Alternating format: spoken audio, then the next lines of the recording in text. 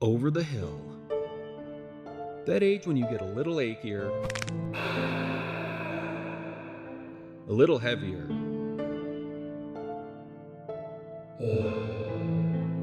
and a little grayer. Oh no. Some think that's when life begins to end. Nonsense! I say that's where life just begins. From wing walking and skydiving to just getting out for some fun, I'll show you all sorts of ways to stay young at heart. Welcome to King of the Thrill.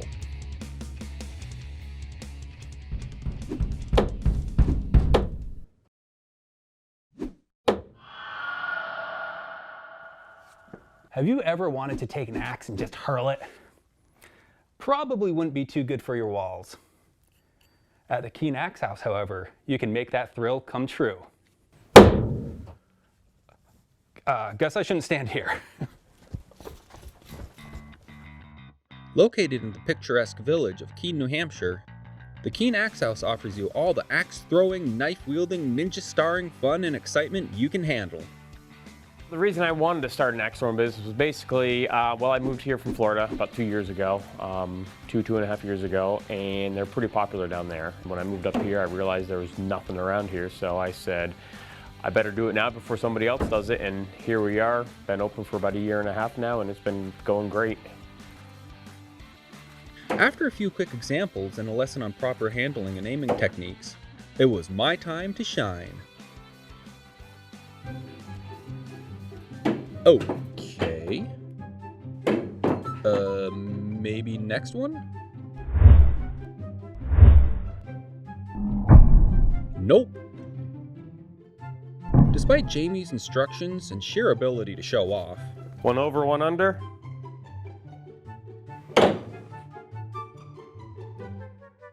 I was just not getting it. Ugh, just give up. Alright, dude, what's going on? So distance controls how much the rotation. Everyone has their spot that works for them. So some people stand as close as 10, 11 feet. Some people as far back as 15 feet. So everyone's different, but it's real easy to find the spot that works for them. It's over rotating for you, so take a full step forward and it will work. Bingo! The length of the lanes are all the same. Like this black line that's on the ground, that's 12 foot, which is league standard. I had found my spot, and it worked time, and time, and time again. So we start out here, it goes 1, 2, 3, 4. Touch bullseye red, that's 6, and if you touch a blue, it's 8. So far, I have 14. Let's take one more shot. Bullseye for the win!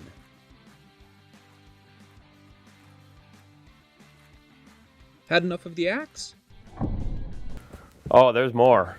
We got a whole box of things to throw. We have things like the throwing stars and knives and what they call shovels. Not a shovel by any means, but we have shovels, cleavers. Really anything with a sharp object you can throw. All right, let's start with that crazy cross. Playing card. Batman. Throwing stars, yes.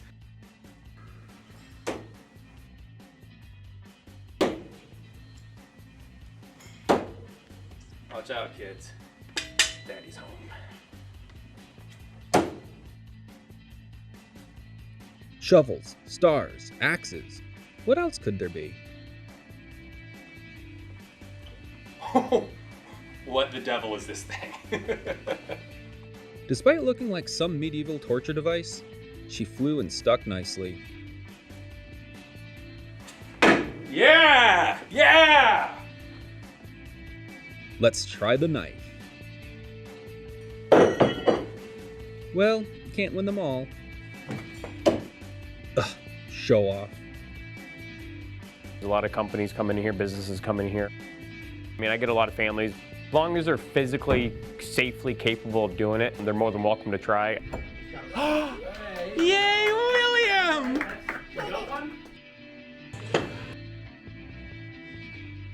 So are you ready for a thrill that's a cut above the rest? Make your way to the Keene Axe House in Keene, New Hampshire. I'm Tim Lawrence for King of the Thrill. I may be over the hill, but I'm not over the thrill. One and done. I didn't think you would have hold it. Wow. I didn't either. Good. For more information on axe throwing, please visit keenaxehouse.com.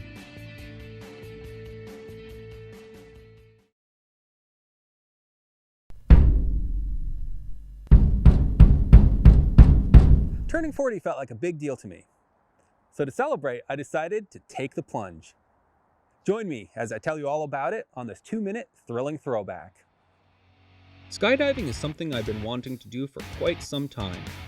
So, I've been wanting to do this for 20 years. 20 whole years? 20 years. 2 weeks from now, I'm gonna be 40. Figured I had to do it before I'm over the hill. I was harnessed up and ready to go. Soon, we were boarding the plane. Climbing to 13,500 feet, that's 2.5 miles up. The door opened, and ready, set, go!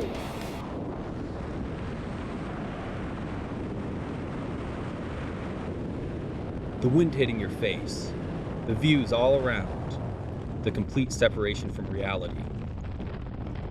Yeah, I loved skydiving right away.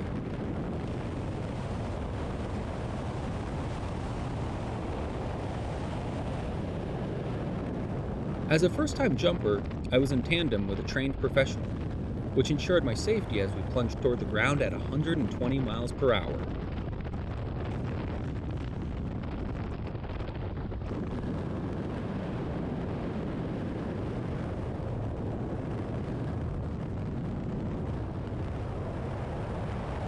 Following 1.5 miles in 1 minute, it was time to open the chute.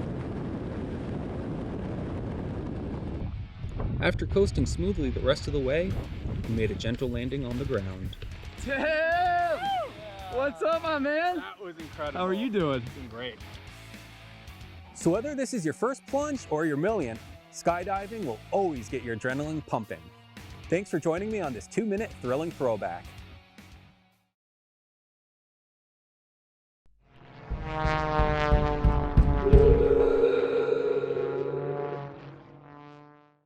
Mile high in the sky. Out on a limb? No, out on a wing. That's right. Today, I'm wing walking.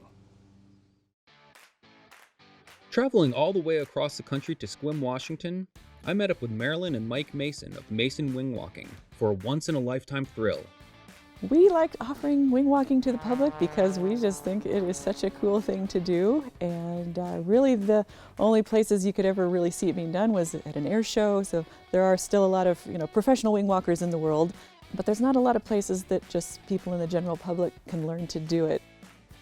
In fact, from what I can tell, Mason Wing Walking is the only place in the US, perhaps the world, which offers this exciting activity. Inside their big red hangar, you see the variety of planes the Masons own. Today's focus, their 1943 Boeing Stearman. Our friend had owned it ahead of us. His friend that had owned it before had used it a little bit in the film industry. It's probably most well known for the movie Independence Day. This was the crop duster plane. This one? This exact plane. Yes! After learning a bit of the plane's history, it was time to make some space and begin training. First, Marilyn showed me the proper technique to climb out to the upper wing and buckle in.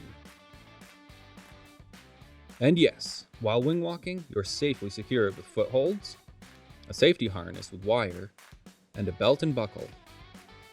Mason Wing Walking has never had anyone fall. Now, it's my turn. Things seem to be going pretty well. Until... My shoes are too big! Take two. Sneakers don't fit well into the footholds. Luckily, there was a variety of footwear on site which I was able to use. Once I was comfortable with the upper wing, we moved on to the lower. Again, under Marilyn's careful guidance, I learned the proper technique to get out to the javelin on the wing. Once training was done, there was only one thing left to do.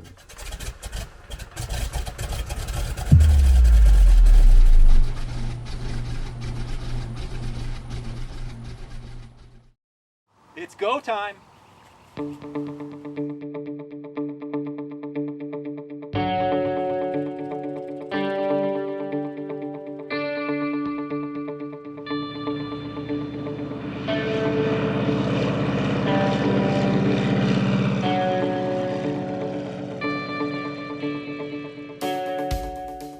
After climbing aboard, Mike took off, flew us to 3,500 feet, and gave the wingtip dip to signal it's time to climb.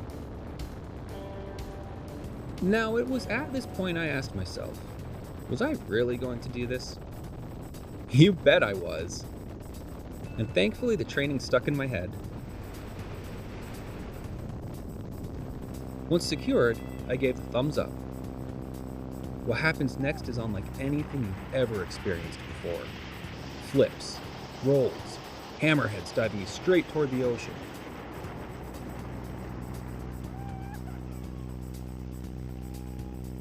You also get some great wind to the face. Reaching speeds of 130 miles per hour and approaching 4.5 Gs, trust me, no matter how youthful you think you are, you look like an old rag doll at times on this flight. But you won't even notice compared to the sheer exhilaration this ride offers.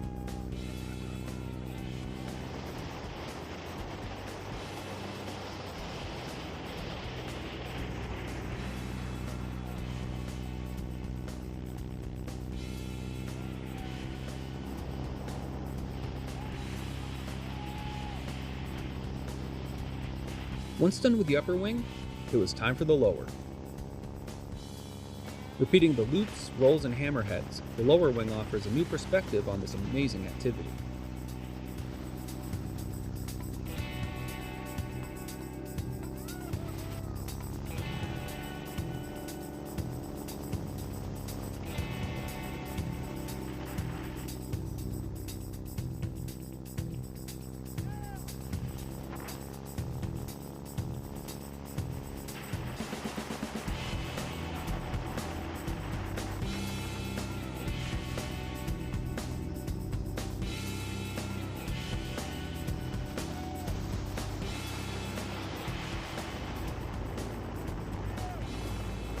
It is such a beautiful location. A lot of people just rave about the views we have here. You get to fly out over the water, you get to see the mountains, and it's just a really beautiful spot to fly around in.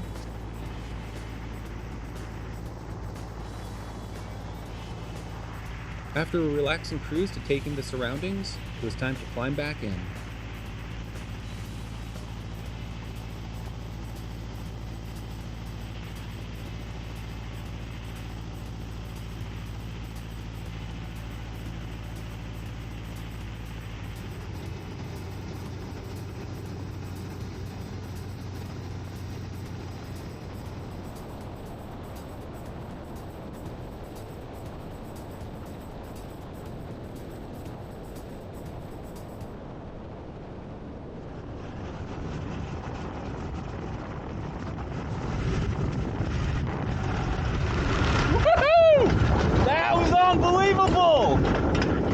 You heard me, unbelievable, but I experienced it, so I have to believe it. Whew. We just love teaching people how to wing walk. It is just such a cool experience for us and for other people. We've got to meet people from just all over the world. We have people that literally come just to the United States just to come and do this. It really is a learning process, though. It's not just come, show up, and go for a ride. We really, we need people here all day. We're going to teach you the ins and outs and all the what ifs that can happen, and try to really get people to get a good feel for the wing walking, but then just getting to see people's reactions at the end of the day, just the joy, the accomplishment. It's just such a great feeling for the people that get to do it, and then for us, we just don't get tired of seeing happy people having a fun time.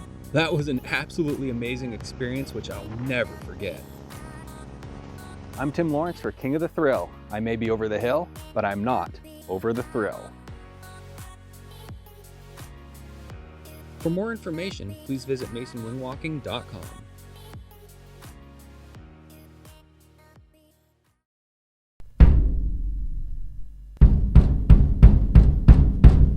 I've always loved flying. The takeoff, the landing, even the turbulence. So when I was asked a certain question while on a flight, I knew the answer right away. Join me on this 2-minute thrilling throwback while I experience the joy of flying. Videography has taken me to some really neat places, one of which was the cockpit of a Cessna Skylark for an interview with a pilot for the Pilots and Paws Rescue Organization. When the interview was finished, pilot Jim asked, "You want to fly, Jim?" "I would love to." "I'm going to fly." "All right. Let me see, how does this work?" Taking hold, I began banking in a 360 turn, followed by some altitude adjustments to get used to the controls. Hey, you're doing good. Just the right amount. Thank you. And this will tell you whether you're going up or down. Oh, okay. You know, for fine-tuning that. Yep. Okay. From there, I was given the go to take the craft at will.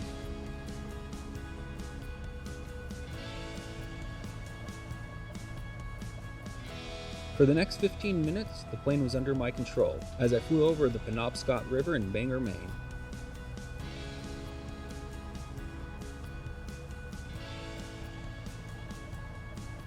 The plane was incredibly responsive to my adjustments and I felt perfectly at ease behind the yoke.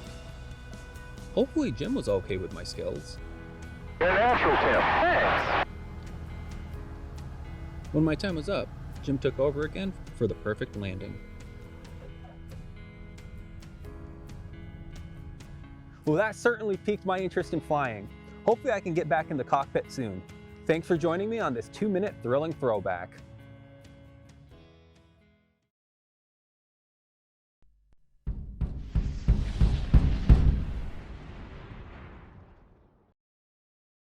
This here is a model of the Mercury Redstone rocket.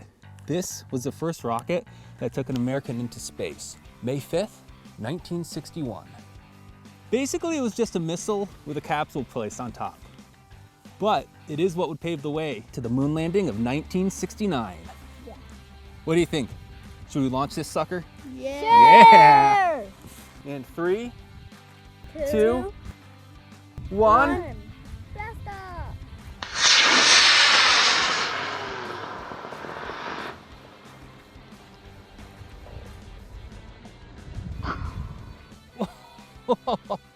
Wow, things sure have changed. Space has always fascinated and inspired me. From comets, planets, and eclipses, to tracking satellites or streaming a launch with my kids. Yay! I'd always wanted to see a launch in person. But when, where, and what rocket? Those were the questions. I have actually seen a rocket launch. Sort of. Every now and again, we can catch the tail end of a SpaceX launch. But for this thrill, I needed to head to South Florida's Space Coast to witness the launch of NASA's next moon rocket.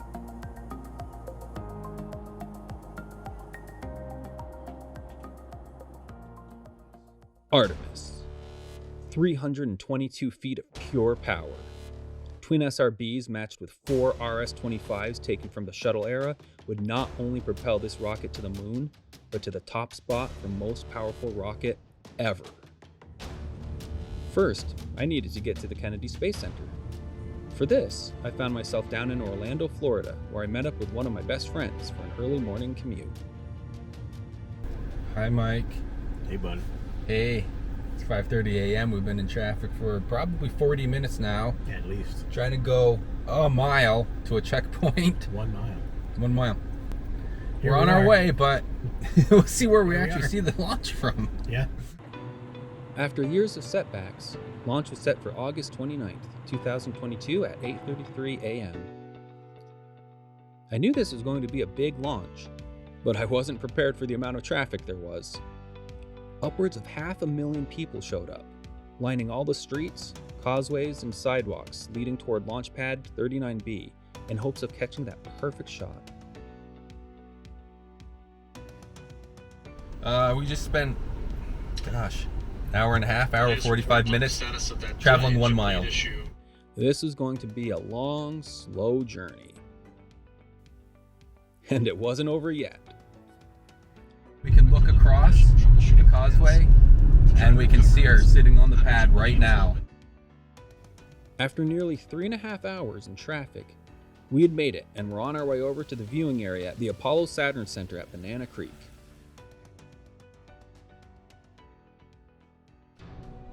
Seeing this mega rocket on the pad was truly inspirational. Expectations were sky high. Then, the launch director has called us for the day. Engineers couldn't get one of the RS-25s down to temperature, so they pushed off the launch. Turns out it was just a faulty sensor, but they didn't know this at the time. Not all was lost. We had the day to explore Kennedy Space Center, and there's plenty to explore. Spacesuits, capsules, moon rocks, and a Saturn V rocket were all highlights of the Apollo Saturn Center. And let's not forget the control center. Oh yeah, I'd make a great engineer. Once done there, it was back to the main visitor complex to check out the rocket garden and STS setup.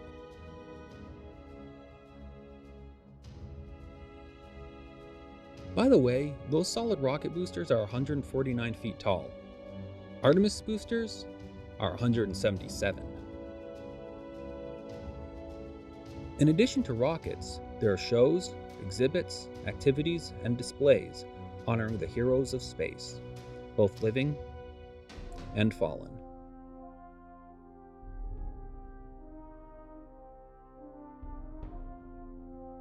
I'd highly recommend visiting their website to see all they have to offer.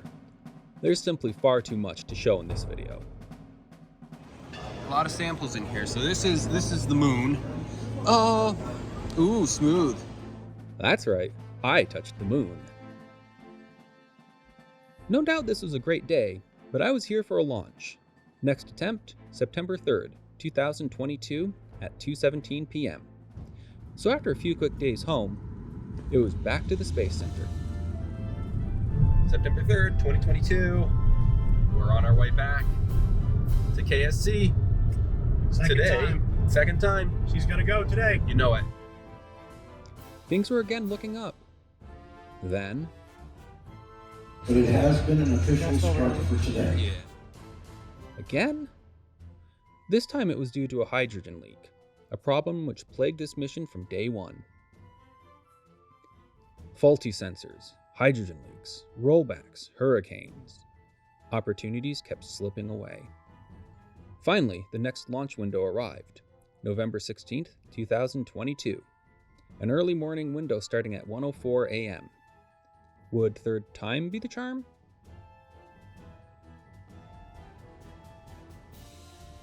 Once again, expectations were high and the skies were clear. KSC was estimating upwards of 15,000 attendees on site to witness this historic maiden flight. Everyone was coming out for the launch, even the area armadillo. There was something about seeing her lit up at night that was truly inspiring. Soon we'd be witness to something unseen since the days of Apollo.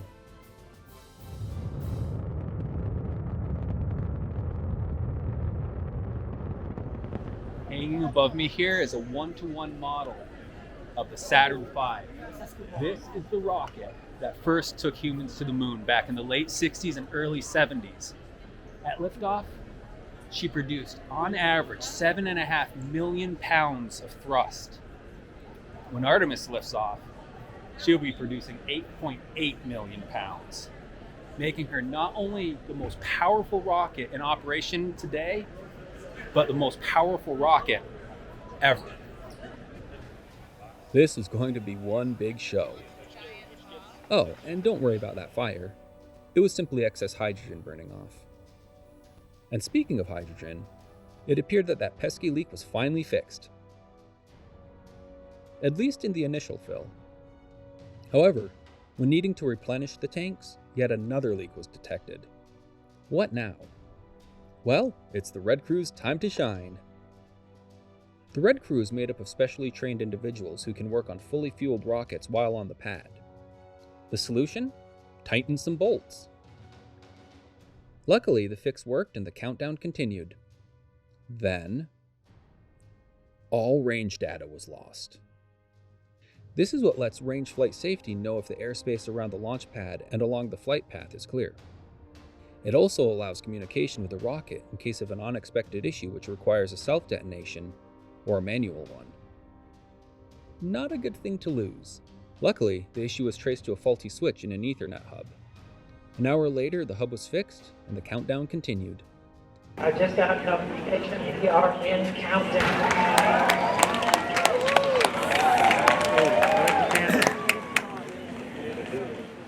You don't need me explaining liftoff. Here we go. The Space Launch System has been in development more than a decade, over budget and behind schedule. But now, after all the delays, the hurricanes and hydrogen leaks, the time for SLS and Artemis 1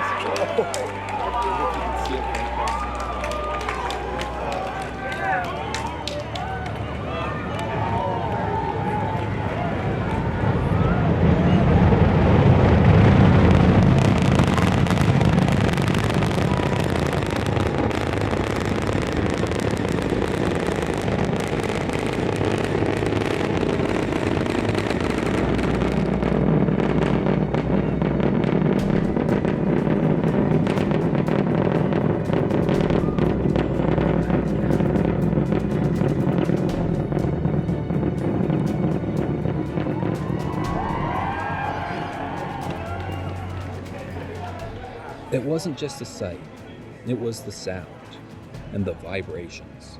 They were all enveloping. Soaring through the sky, the twin sister to Apollo, Artemis once again opened up the pathway to human moonflight.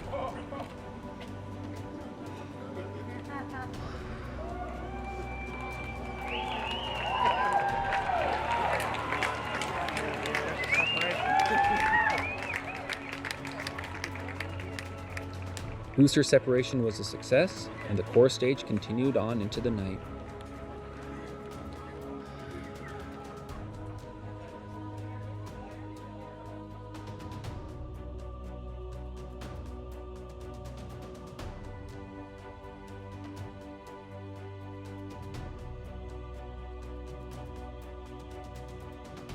Soon all that was left was a smoking launch pad and a massive contrail in the sky.